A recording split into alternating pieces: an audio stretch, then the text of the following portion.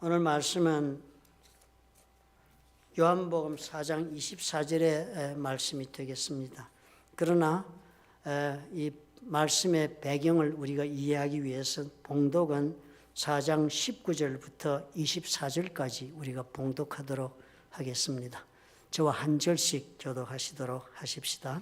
요한복음 4장 19절부터 교독하십시다. 여자가 이르되 주여 내가 보니 선지자로소이다. 우리 조상들은 이 산에서 예배하였는데 당신들의 말은 예배할 곳이 예루살렘에 있다 하더이다. 예수께서 이르시되 여자여 내 말을 믿으라. 이 산에서도 말고 예루살렘에서도 말고 너희가 아버지께 예배할 때가 이르리라. 너희는 알지 못하는 것을 예배하고 우리는 아는 것을 예배하노니 이는 구원이 유대인에게서 남이라. 아버지께 참되게 예배하는 자들은 영과 진리로 예배할 때가 오나니 곧 이때라. 아버지께서는 자기에게 이렇게 예배하는 자들을 찾으시느니라.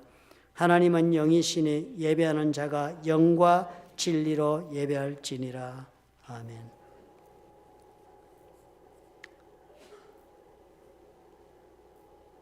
오늘은 6번째 명령입니다. 예수께서 우리에게 6번째 주시는 명령은 하나님은 영이시니 예배하는 자는 영과 진리로 예배해야 한다 하시는 말씀입니다. 예배라는 것은 사실 우리가 잘 이해하고 있는 것 중에 하나지요. 하나님을 찾아가서 우리 하나님께 내 자신이 원하는 것도 아니고 그리고 또 주님이 은혜를 입고 하는 것이 우리가 예배라고 그렇게 우리는 이해합니다. 참으로 주님 앞에 우리가 찾아갈 때는 마땅히 주님께서 받으실 것을 우리가 드리는 것이 또 예배 행위라고 우리는 그렇게 알고 예배를 드립니다. 인류 최초의 예배를 드리는 두 형제를 여러분 알고 계신 줄로 압니다. 형의 이름은 가인이었고 아담의 첫 아들이었습니다. 그리고 그 동생 아벨도 있었습니다. 이 두 사람 모두가 어느 날 하나님 앞에 제사를 드렸댔습니다. 그 제사를 드리는 모습이 창세기에 이렇게 적혀 있습니다. 창세기 4장 5절 이후에 이렇게 그 모습이 적혀 있어요. 세월이 지난 후에 가인은 땅의 소산으로 제물을 삼아 여호와께 드렸고 아벨은 자기도 양의 첫 새끼와 그 기름으로 드렸더니 여호와께서 아벨과 그의 제물은 받으셨으나 가인과 그의 제물은 받지 아니하신지라. 이런 구절이 나옵니다. 때가 된 것입니다. 한 해를 살고서는 가인은 한 해 동안 농사지은 그 소산 가운데 참으로 하나님 앞에 기쁘고 즐거운 마음으로 소산을 가지고 나왔겠지요. 또 아벨은 자기가 목축을 하고 길렀던 그 양의 첫 새끼를 그렇게 길러서 그중에 살찐 그런 새끼를 가지고 하나님 앞에 그 기름으로 제사를 드리러 나왔으니까 좋은 예배의 자리를 서로 기대하고 나왔던 자리였습니다.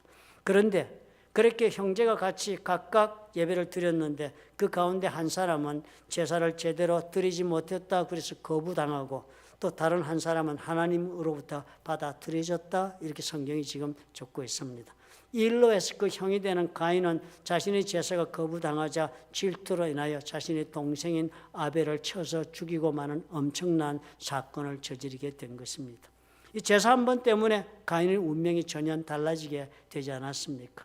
하나님으로부터 받아들여지는 제사를 드린 사람과 또 그렇지 못한 사람과의 차이는 이렇게 엄청나게 달라질 수가 있는 것입니다. 우리가 드리는 예배가 이렇게 엄청나게 우리 운명에 영향을 주며 그렇게 우리의 삶을 이끌어갈 수 있습니다. 가인과 아벨의 경우를 보면서 왜 가인은 예배에서 실패를 했는지 또 왜 아벨은 또 그런 성공을 했는지를 우리가 쉽게 발견하기가 어렵습니다. 가인은 곡물로 제사를 드렸고 또 아벨은 새끼 양으로 제사를 드렸다 해서 혹 드린 제물이 달라서 그랬나 싶지만요. 사실 레위기를 읽어보면 산 짐승을 제물로 드리는 번제 제사가 있는 반면에 또한 곡물로 드리는 제사, 소제라는 그런 제사도 있는 것입니다. 그러니까 결코 제물을 무엇으로 드렸는 것 때문에 예배가 결정된 것이 아니었습니다. 아벨은 양치는 자였고 가인은 농사하는 자였기 때문에 하나님께 드리는 예물, 제단에 올려드리는 예물도 자신이 소산으로 그렇게 하나님께 드리는 것은 지극히 당연한 것입니다. 그런데 창세기에서는 왜 가인은 하나님께 드리는 제사에 실패했는지 또 왜 아벨의 제사는 받아들였는지에 대한 아무런 말씀이 없습니다. 가인이 제사를 드린 후 동생 아벨에게 대하여 엄청나게 분하게 생각했다 하는 것을 보니까요. 가인 자신도 과연 내가 드린 제사가 무엇이 잘못되었는지를 전혀 알 수 없는 그런 상황이 벌어졌던 것입니다. 이렇게 제사를 제대로 드린다는 것은 본인에게 있어서 쉬운 일이 결코 아닙니다. 저와 여러분도 그렇지 않아요? 오늘 내가 예배를 제대로 드렸나 하는 것에 대한 확신은 쉽지가 않습니다. 히브리서에 그 실마리를 주었습니다. 우리에게. 히브리서 11장 4절에 적기로는 믿음으로 아벨은 가인보다 더 나은 제사를 하나님께 드림으로 의로운 자라 하시는 증거를 얻었으니 하나님이 그 예물에 대하여 증언하심이라. 이 차이가 히브리서가 설명을 해주는 거예요. 아벨과 가인에게 하나님에 대한 믿음의 차이가 있었다 그럽니다. 그러니까 가인과 아벨의 제사의 차이가 돼서 하나는 성공하고 하나는 실패한 그 차이는 하나님에 대한 그들의 태도에 있었던 것으로 보여집니다. 하나님께 드리는 제사를 어떠한 믿음으로 드렸는가, 그렇지 못한가 하는 데서 차이가 있다라고 히브리서 기자가 그렇게 가인의 문제를 설명해 주고 있습니다. 그렇지만 쉽게 이해하기가 어려운 말씀입니다. 믿음이 차이다 그러면은요. 그 믿음은 어떤 믿음을 이야기하고 있는지 히브리서는 선뜻 우리에게 알려주고 있지를 않습니다. 믿음이 다르다 하지만 우리도 가만히 그 말씀 묵상해 보면 무슨 믿음이 어떻게 다른지 우리가 이해하기가 어려운 대단히 추상적인 해답을 주고 있습니다. 깊이 생각하게 되는 문제지만 쉽게 답을 낼 수가 없습니다. 예배를 드리니까요. 그러니까 예배를 드린다는 것, 하나님 앞에 정말 성공적으로 연락되는 예배를 드린다는 것은 결코 쉬운 일이 아닙니다. 예나 지금이나 동일한 난제입니다. 어려운 일입니다. 오늘 우리가 읽었던 본문의 배경도 또 그렇습니다. 예배를 그러니까 제대로 드린다는 것이 결코 쉽지 않았다는 시대를 통하여 공통적인 문제였던 것이 이렇게 드러납니다. 이 배경, 오늘 읽었던 우리 이 여자와의 대화는 사마리아에서 일어난 일입니다. 예수님께서 유다 땅을 거슬러 가시다가 사마리아를 거쳐 가시며 갈릴리로 가는 길에 사마리아를 통과하게 되면서 수가성에 들어가게 되어서 우물가에서 한 여인을 만나지 않습니까? 그곳에서 우물가에서 사마리아 수가성 여인과 대화를 나눕니다. 그 대화를 나눈 중에서 그 여자가 주님께 물어본 것입니다. 예수님과 대화하다 보니 이분이 보통 분이 아니다 하는 그런 확신이 드니까 자신이 가지고 있는 내적인 가장 큰 고민을 물어봅니다. 여자가 이르되 주여 내가 보니 선지자로소이다. 예수님 보고 하시는 말씀이 여자가 선지자시다. 당신은 선지자시다. 그러니까 내가 꼭 이거를 물어보고 싶다. 그래서 이렇게 말을 합니다. 가장 큰 자신의 질문입니다. 우리 조상들은 이 산에서 예배하였는데 당신들의 말은 예배할 곳이 예루살렘에 있다 하더이다. 가장 큰 질문이 이건 것입니다. 선지자를 만났으니까 내가 지금 남편이 제대로 없어 고생하는데 어떻게 하면 남편을 얻겠습니까? 남편을 구해주 이런 자신의 필요를 얘기한 것이 아니에요. 가장 자기가 가지고 있는 큰 갈등이 뭔지 이 질문에 드러난 것입니다. 선지자시니까 이것부터 해결해야 되겠다라고 물은 질문이니까. 이 여인에게 가장 큰 질문이 뭐였습니까? 어떻게 하면 제대로 예배 드리는 것인가 하는 것입니다.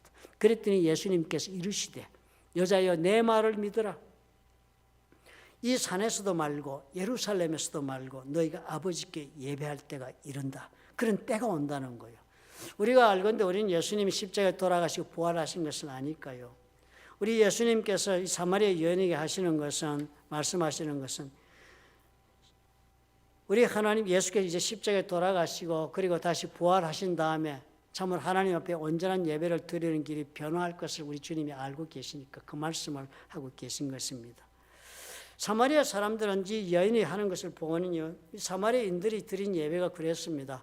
사마리아의 족속들은 이 이스라엘이 완전히 망한 다음에 형성된 그런 족속들입니다. 북왕국 이스라엘이 먼저 망했습니다. 아수르에게 망했습니다. 아수르가 제국일 때 북왕국이 먼저 남왕국 유다보다 먼저 망했습니다.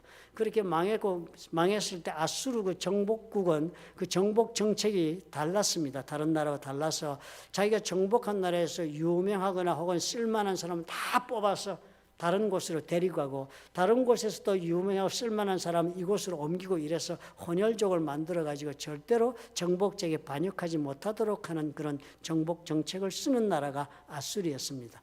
그러니까 사마리아 땅에요. 온 그 살고 있던 북왕국 이스라엘 가운데 쓸만한 사람을 다 뽑아가고 그리고 다른 곳에서 다른 사람들을 데리고 혼혈족을 만들었습니다.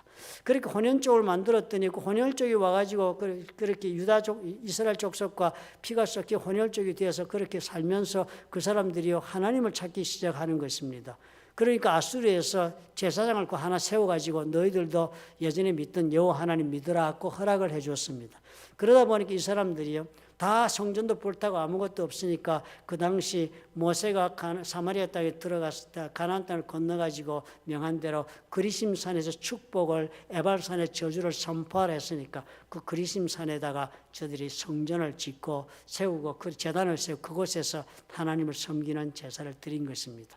그런데 그 다음에 어떻게 해요? 남왕국이 망했다가 바빌론에 갔다가 70년 만에 돌아오지 않았습니까? 돌아와서 이들은 어떻게 했습니까? 성전을 재건했습니다. 그것이 바로 에스더 느헤미야서에 나오지 않아요. 성전을 재건하고 예루살렘의 성전을 재건했습니다. 그래서 이제 시비가 일어나기 시작하는 것입니다. 모세가 하나님 앞에서 신명기 16장 17절의 말씀을 이렇게 말씀을 한 것이 있기 때문이에요. 너희 가운데 모든 남자는 1년에 3번 네 하나님 여호와께서 택하신 곳에서, 하나님께서 택하신 곳에서 여호와를 배웁되 하나님 앞에 나가 예배를 드려야 한다는 거예요. 빈손으로 여호와를 배우지 말라. 이런 구절이 있는 것입니다. 그러니까 모든 이스라엘 백성은 하나님이 택하신 성전 예루살렘의 성전에 예배를 드려야 한다고 모세의 율법에 기록됐으니까 당연히 그리심산에서 예배 드리는 사마리아인들, 더군다나 혼혈 쪽에, 그리고 혼합 종교를 만드는 그 사람들의 종교를 인정할 수가 없으니까 이런 갈등이 저들의 신앙생활에 있었던 것입니다. 사마리아인들은 어떻게 해요? 자신들의 형편에 따라서 믿고 산 사람들입니다. 하나님 말씀에 따라 믿은 사람이 아니지요. 저들이 신앙의 모습이 그러니까 많이 달랐을 것입니다. 그래서 우리 하나님 앞에서 이 여자의 질문은 당연히 이런 신앙의 갈등, 우리는 제대로 믿는다 하지만 제대로 믿는 것이 아닌지도 모른다. 우리는 하나님 앞에 예배를 드린다고 하지만 하나님 앞에 제대로 예배를 드리고 있지 못한지도 모른다. 그러니까 예루살렘 이야기가 나오지 않는가 하고 질문을 한 것입니다. 이 여인이 그런 형편을 알고 있기 때문에 나온 질문에 대해서 우리 예수님께서 이 대답을 주신 것입니다. 이와 마찬가지로 예배에 임하는 모든 사람들에게 이런 동일한 자기 점검의 과정은 반드시 필요한 것입니다. 예수께서 이 말씀을 주시기 전까지 지난주까지 1월 마지막 주부터 우리에게 주신 명령들을 여러분 가만히 한번 유추해 보십시오. 먼저 회개하고 그리고 낮은 겸손한 자리에서 내가 삶을 경영하는 사람이 되어서 하나님을 사랑하며 사는 법을 배우는 율법을 내가 배우고 그리고 긍휼의 삶을 실천해 하나님의 사랑을 터득하면서 그렇게 살아가고 그런 자리에 이르거든 내가 성령의 충만함을 입어 능력을 입고 그래서 그 능력을 입은 내가 이제는 좁은 문으로 들어간다. 그렇게 하라 한 그 말씀이에요. 그렇게 좁은 문으로 들어가서 결국은 어떻게 해요? 나의 삶의 모든 문제를 가지고 예수님 안에서 들어가서 그리고 나서 오늘 예수님 말씀하시니 그렇게 준비가 되어 내 속에 들어와 믿음으로 너는 예배를 드리라 하는 거예요. 이 예배가 무엇이기 때문에 주님 말씀하시는 거예요. 하나님을 만나는 자리이기 때문에 그런 것입니다. 그러니까 오늘 이 자리까지 오는 이 모든 것은 뭐예요? 좁은 길까지 들어와가지고 어떻게 결국은 우리 예수님 안에서 우리가 하나님 앞에 온전한 예배를 드려 하나님을 만나게 하도록 위하여 주님이 우리에게 명령해 오신 것을 우리가 오늘 확인할 수 있는 것입니다. 바로 이것을 위한 준비였습니다. 모든 명령이요. 하나님께 제대로 된 예배를 드리고 그래서 하나님을 제대로 만나서 우리의 삶 속에 하나님이 역사하시는 일을 우리가 경험하며 사는 인생을 시작하게 하기 위하여 우리 주님께서 명령을 주는 것입니다. 우리의 현실을 보면 우리는 어떤 예배들을 우리가 선택하고 드리고 있습니까? 많은 경우 우리는 예배를 돌아오면 예배가 우리가 모일 때마다 그래서 예배를 우리가 중요시하고 드립니다. 한국교회처럼 열심히 예배 드리는 데가 어디 있습니까? 저는 미국에 와서 미국 교회도 가서 예배를 드리고 이렇게 보면서 한국과 많은 비교되는 것 중에 첫째가 이 예배 종류와 그 숫자입니다. 한국 교회는 모이면 예배입니다. 좋은 일이지요. 우리가 주일날 모이면 대예배 사람이 많이 보면 1부, 2부, 3부 막 나누어서 예배를 꼭 드립니다. 그리고 또 우리가 기도회로 모이면 기도회 전에 예배부터 드립니다. 우리가 목장으로 모이면 서로 목장은 펠로우십과 이런 무슨 것을 말씀의 나눔을 위해서 모였는데 목장 예배부터 드리고서 모든 걸 진행합니다. 우리는 어디든지 모이면 예배 드리고 일을 진행합니다. 기도회 하러 모였는데 기도하면 되는데 왜 우리는 예배부터 드릴까요?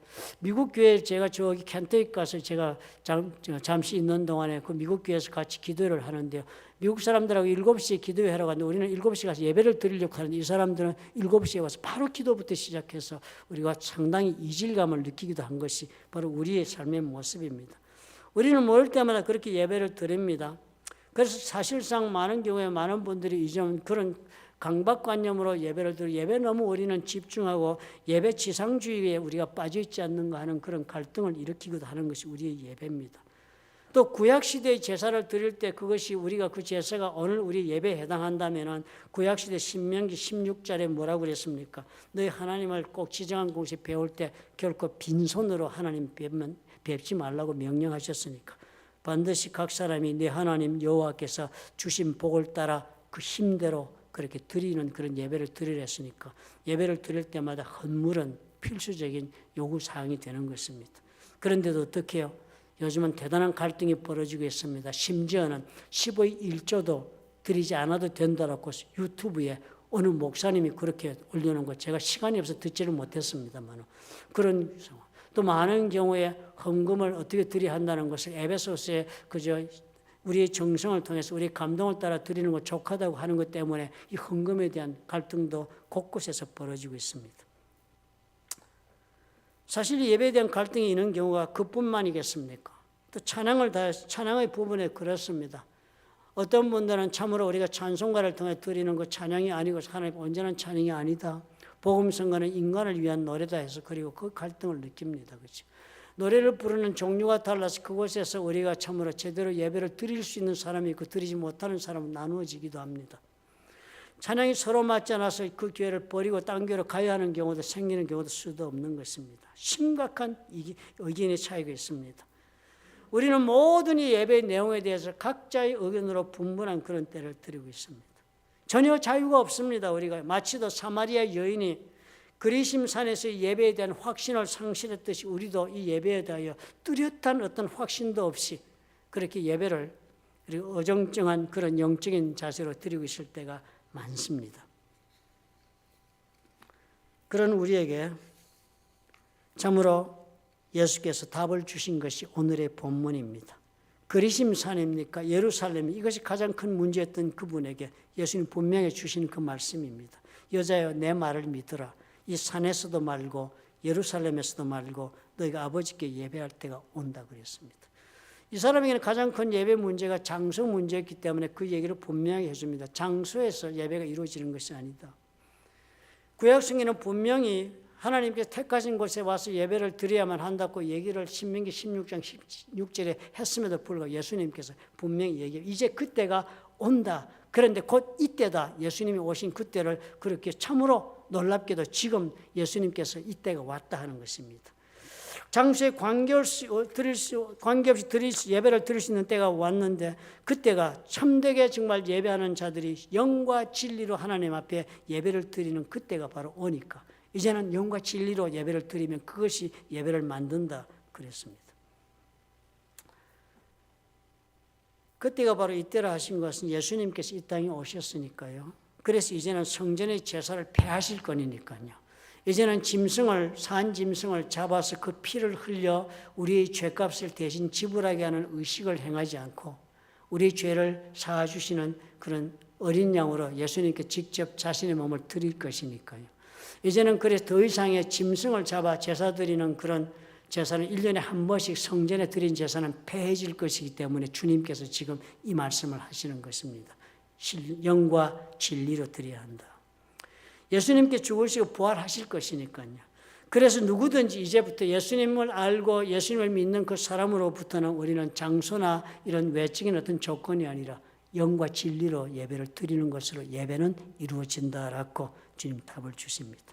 그래서 첫 번째로 그러면 영으로 예배를 드리려면 어떻게 드려야 하겠습니까? 하나님의 영이신 가운데 우리가 영으로 예배를 드리려면 우리의 영이 살아나야 합니다. 우리가 예수 그리스도께서 우리 성령으로 우리의 영혼을 살려주시기 전에는 우리의 영이 죽은 영이 되어서 하나님의 영이 우리 가운데 있다 할지라도 우리는 알지 못하는 것입니다. 우리가 다시 거듭 태어나야 한다 하는 이유가 바로 여기에 있습니다. 우리의 죽었던 영이 성령으로 말미암아 다시 살아나면 우리의 영으로 우리도 하나님께 나아가 그 영을 만날 수가 있습니다. 하나님이 영이시기 때문입니다.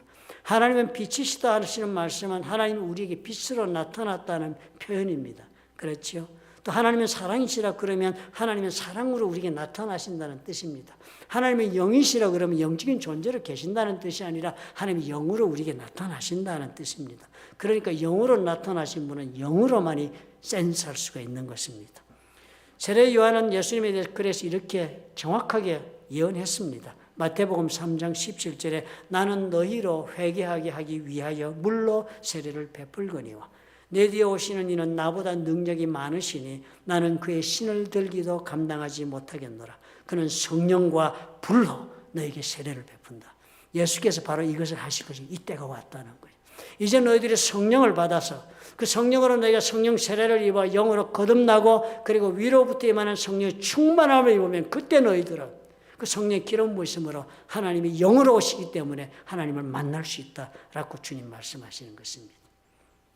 두 번째가 진리라 하십니다. 진리로 하나님을 예비해야 한다.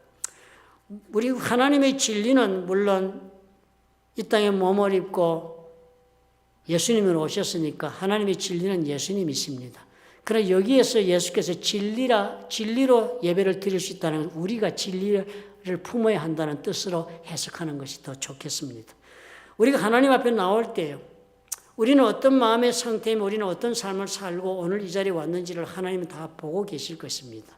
우리 마음의 중심을 꿰뚫어 보시니까요. 어느 누구도 하나님을 속일 수 있는 자는 없을 것입니다. 영이신 하나님께서 내 영혼의 상태를 보고 계신 까닭에 하나님에게 내 마음을 감출 수도 그리고 또 숨길 수도 없을 뿐 아니라 또 아름답게 포장하여 보여드릴 수도 없습니다. 우리는 스스로 어떻게 내 자신을 속일 수는 있겠지요. 또 아니면 어떤 외적인 모습으로 그 행동이나 외적인 것밖에는 볼 줄 모르는 사람들을 속일 수는 있을 것입니다.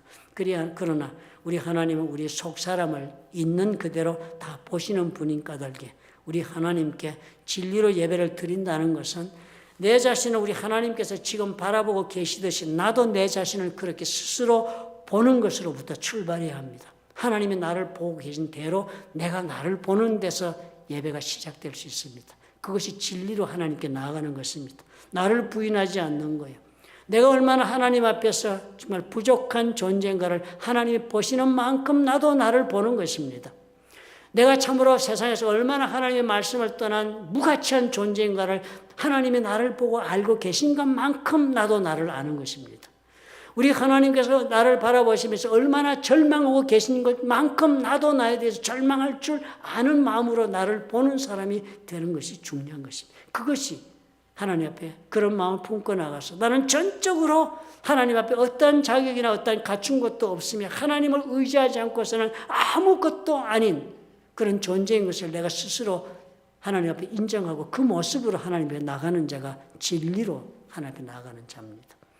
이 점에서 우리는 또한 왜 예수께서 우리가 어린아이와 같이 낮은 자가 되라 명령하셨는지 그 이유를 압니다. 왜 회개하라 했는지를 이유를 아는 거예요. 회개해야만 그것이 나의 허물이요 나의 죄인, 내가 죄인인 것을 확인하니까요. 어린아이는 낮아져야만 되니까요. 그래야만 전적으로 나의 무능함을 인정하고 예수님을 의지할 수 있으니까요.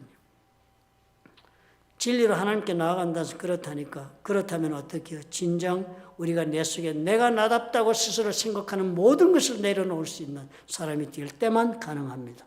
내 자신의 모든 것 내가 나답게 만든다고 스스로 자부하고 붙잡고 있는 모든 것을 비울 수 있을 때만 나는 진리로 아버지 앞에 나갈 수 있습니다. 그리고 예배는 어떻게 해요? 그렇게 비운 자만이 갈 수 있다는 것입니다. 하나님은 진정한 예배를 원하세요.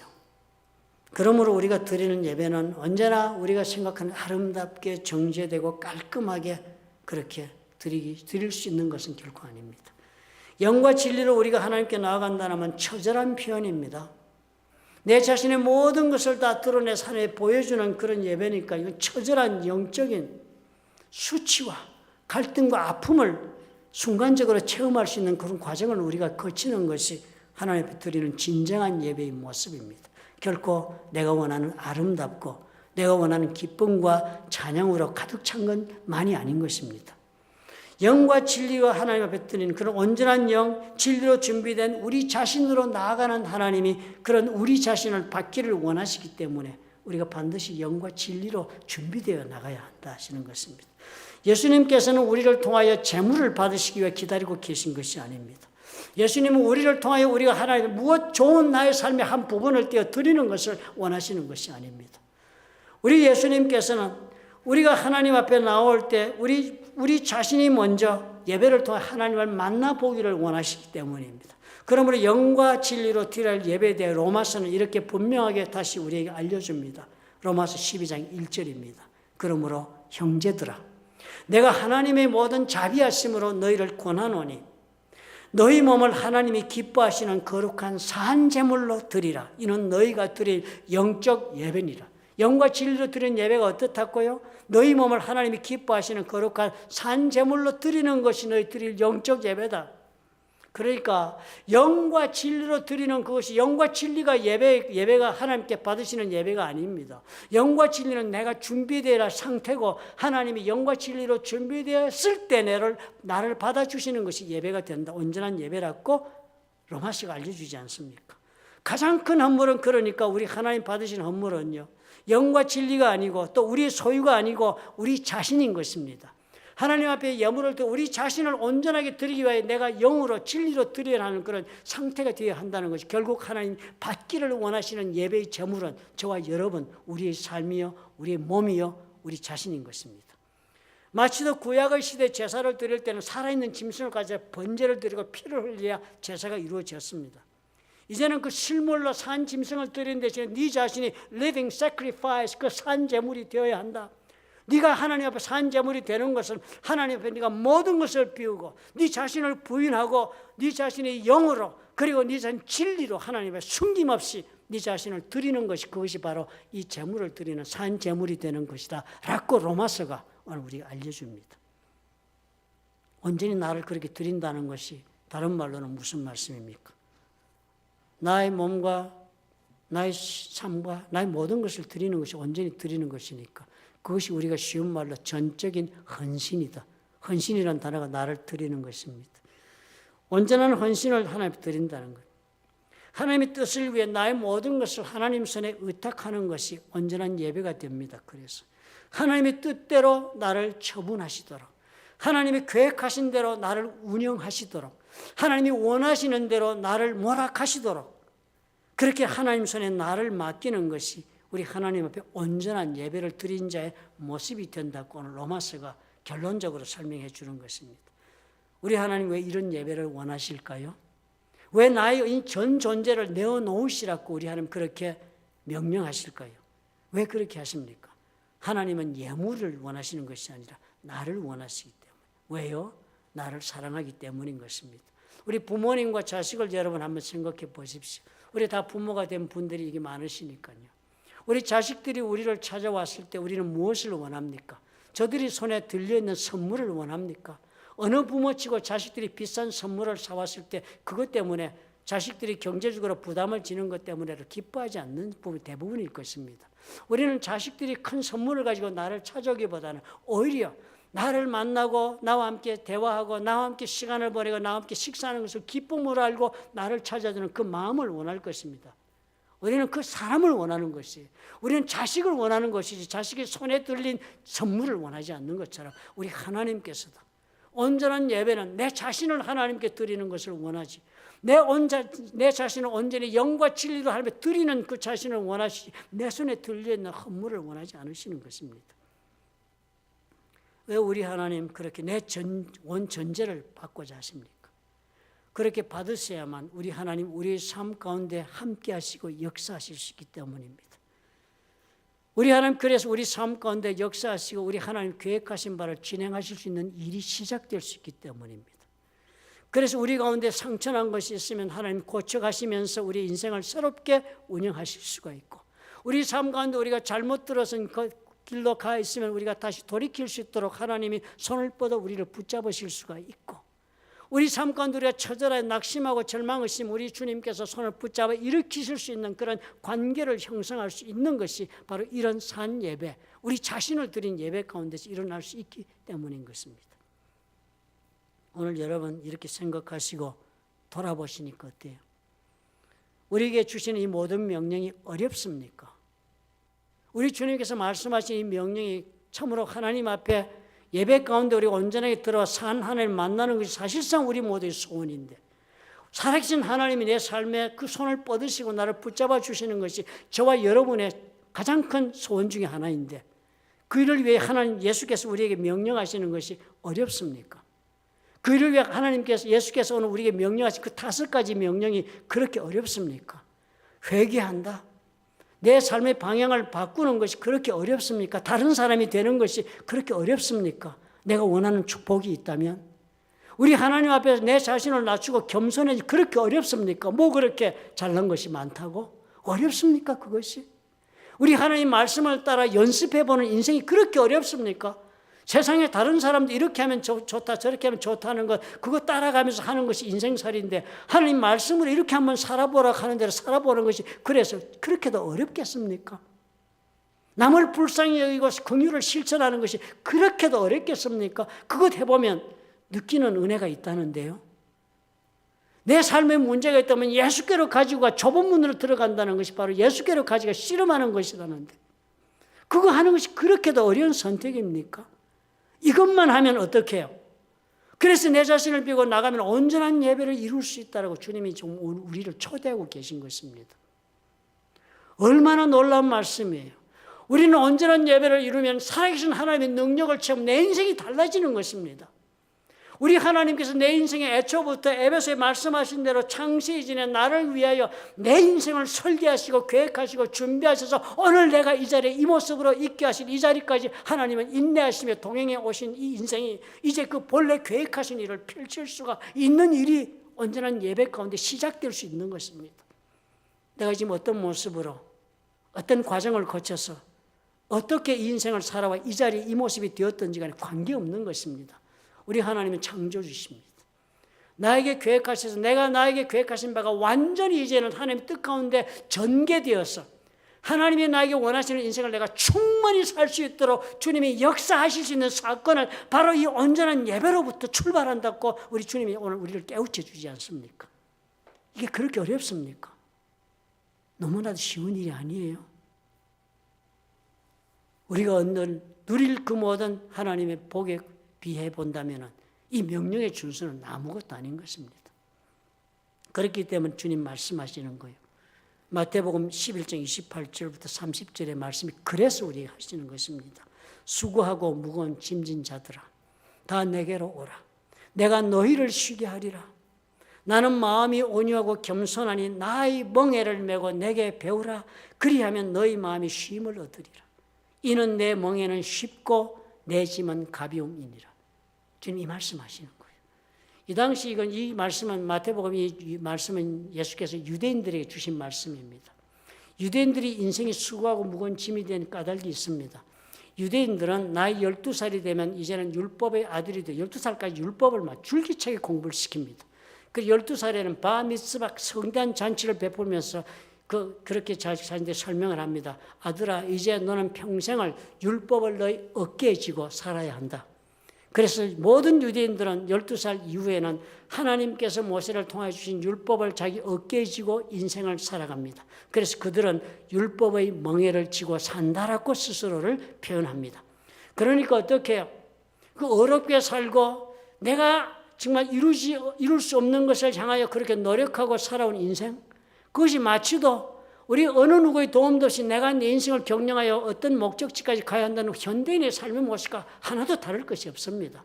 그들을 인도하는 것은 하나님의 율법이었고 우리를 인도해 가는 것은 세상적인 욕망과 출세와 성공의 기준이니까요. 똑같은 것입니다. 혼자 내가 원하는 목표까지 간다는 그 수고하고 무거운 짐 진 것이 율법의 멍에를 지고 있는 것이니까 오라는 거예요. 수고하고 무거운 짐 진 이 인생들아 다 내게로 오라. 내가 너희를 쉬게 하겠다. 쉼이 단 데서 오는 것이 내가 너희를 쉬게 한다. 나는 너희들이 어떠한 인생 과정으로 하나님 앞에 어떤 모습으로 걸어왔든지 내 마음이 온유하고 겸손하니까 따지지 않고 책망하지 않고 나의 멍에를 메고 내게 배우기만 한다면 답을 주겠다는 거예요. 나의 멍에요? 예수님 그 말씀하시고 내가 너에게 주는 명령의 멍에를 지라는 거예요.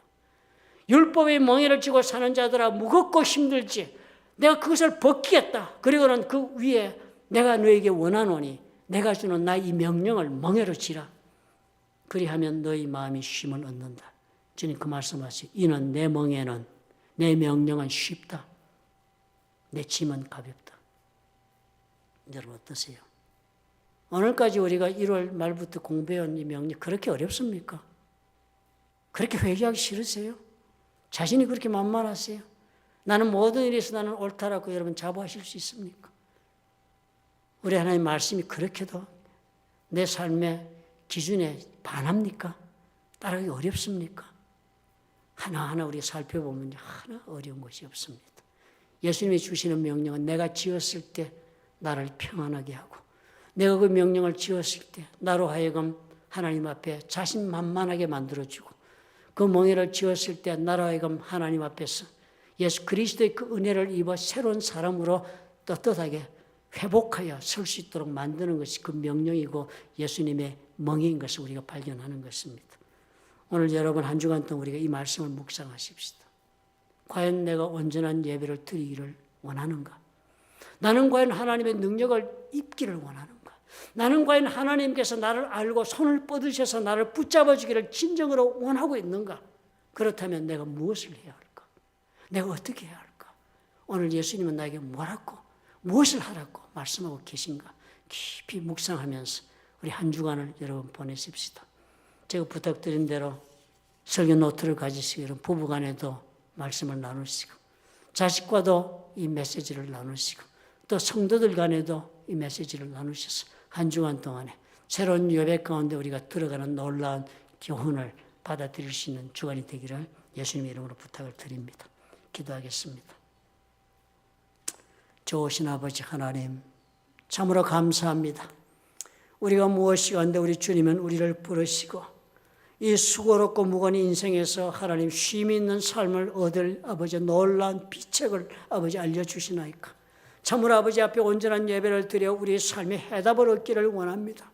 그러나 그럼에도 불구하고 우리는 마음의 소원이었음에도 불구하고 얻지 못했던 것이 이것이었습니다.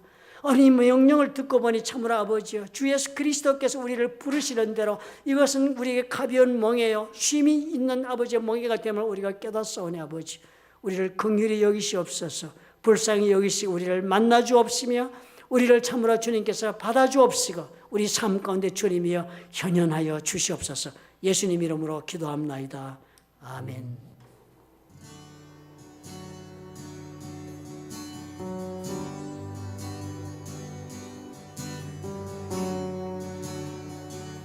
우리 같이 고백하십시다. 주님 내가 여기 있사오니 주님 내가 여기 있사오니 나를 보내소서. 나의 마음 나의 몸 주께 드리오니 주 받으옵소서. 아멘.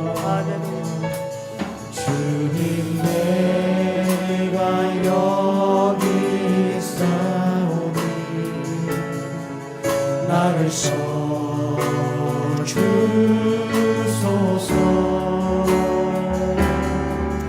가진 것 모두 다 주께 드리오니 주 받으옵소서.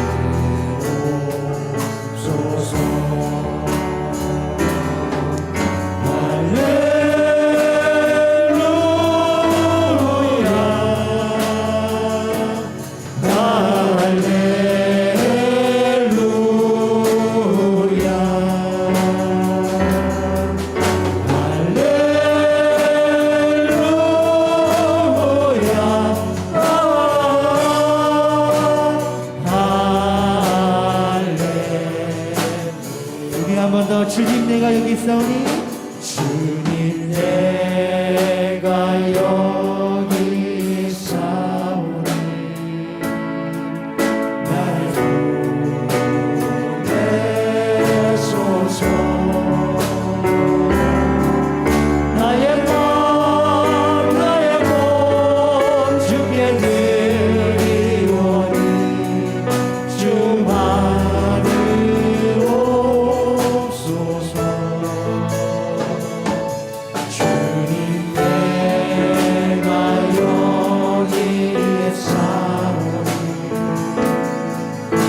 나를 써주소서.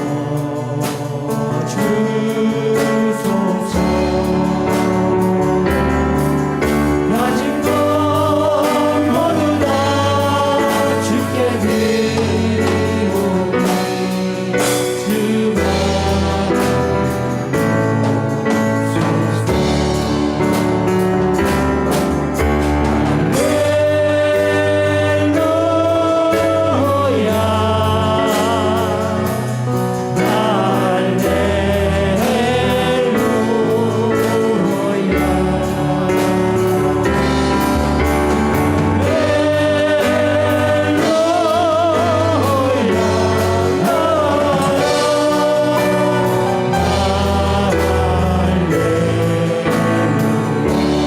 나를 봐주소서. 나를 봐주소서.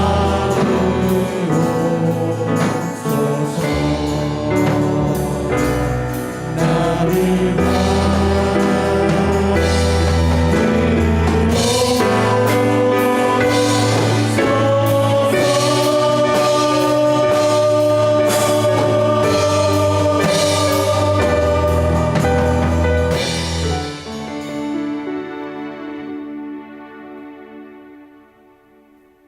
살아계시고 오늘도 우리 가운데 성령으로 함께 하시는 우리의 좋으신 하나님 아버지, 참으로 오늘 우리 주 예수 그리스도의 명령을 따라 하나님 앞에 우리 자신을 참으로 산 제물로 드리는 산 제사를 이루기를 원합니다.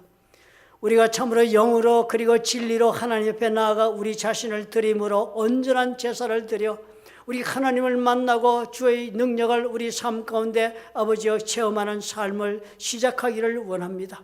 아버지여 우리를 불쌍히 여기시고 우리 가운데 오시옵소서.